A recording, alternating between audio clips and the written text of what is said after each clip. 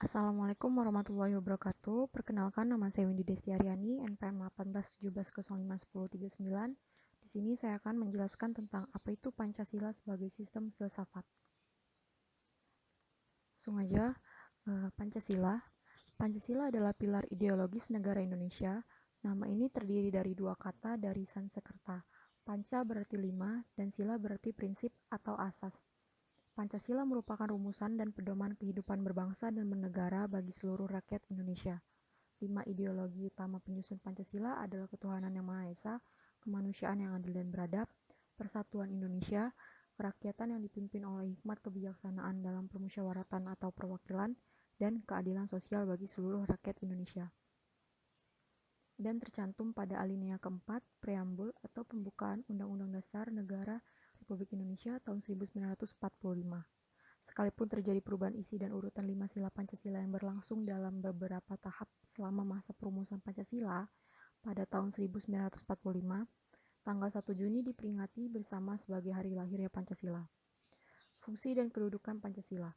Yang pertama yaitu Pancasila sebagai jiwa bangsa Indonesia, kedua Pancasila sebagai kepribadian bangsa Indonesia, ketiga Pancasila sebagai pandangan hidup bangsa Indonesia, keempat Pancasila sebagai dasar negara Indonesia, kelima, Pancasila sebagai sumber dari segala sumber hukum bagi negara Republik Indonesia.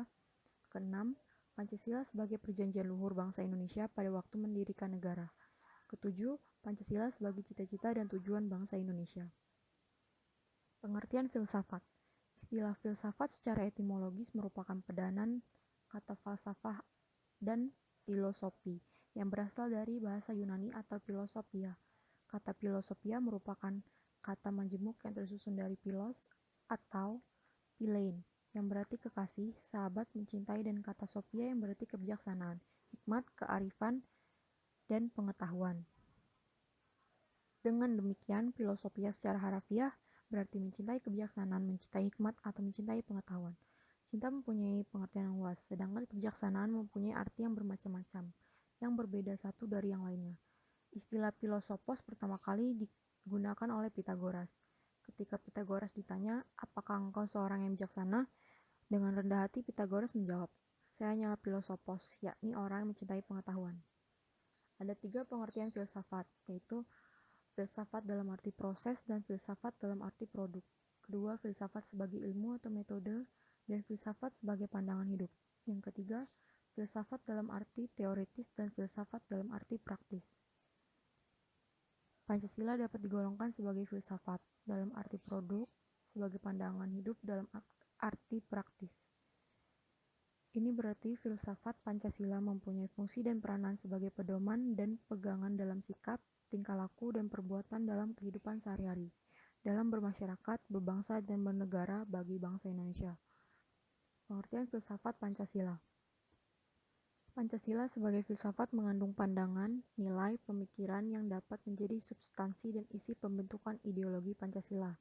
Filsafat Pancasila dapat didefinisikan secara ringkas sebagai refleksi kritis dan rasional tentang Pancasila sebagai dasar negara dan kenyataan budaya bangsa, dengan tujuan untuk mendapatkan pokok-pokok pengertiannya yang mendasar dan menyeluruh. Pancasila dikatakan sebagai filsafat karena Pancasila merupakan hasil perenungan jiwa yang mendalam yang dilakukan oleh the founding father kita, yang dituangkan dalam suatu sistem. Menurut Ruslan Abdul Ghani, filsafat Pancasila memberi pengetahuan dan pengertian ilmiah yaitu tentang hakikat dan Pancasila. Dari Noto Nagoro. Pancasila sebagai suatu sistem filsafat. Pembahasan mengenai Pancasila sebagai sistem filsafat dapat dilakukan dengan cara deduktif dan induktif. Untuk cara deduktif yaitu dengan mencari hakikat Pancasila sebagai serta menganalisis dan menyusunnya secara sistematis menjadi keutuhan pandangan yang komprehensif. Cara induktif yaitu dengan mengamati gejala-gejala sosial budaya masyarakat, merefleksikannya dan menarik arti dan makna yang hakiki dari gejala-gejala itu. Dengan demikian, Pancasila sebagai sistem filsafat memiliki ciri khas yang berbeda dengan sistem-sistem filsafat lainnya, seperti materialisme, idealisme, rasionalisme, liberalisme, komunisme, dan sebagainya. Ciri sistem filsafat Pancasila itu antara lain Sila-sila Pancasila merupakan satu kesatuan sistem yang bulat dan utuh. Dengan kata lain, apabila tidak bulat dan utuh satu sila dengan sila lainnya terpisah-pisah, maka itu bukan Pancasila.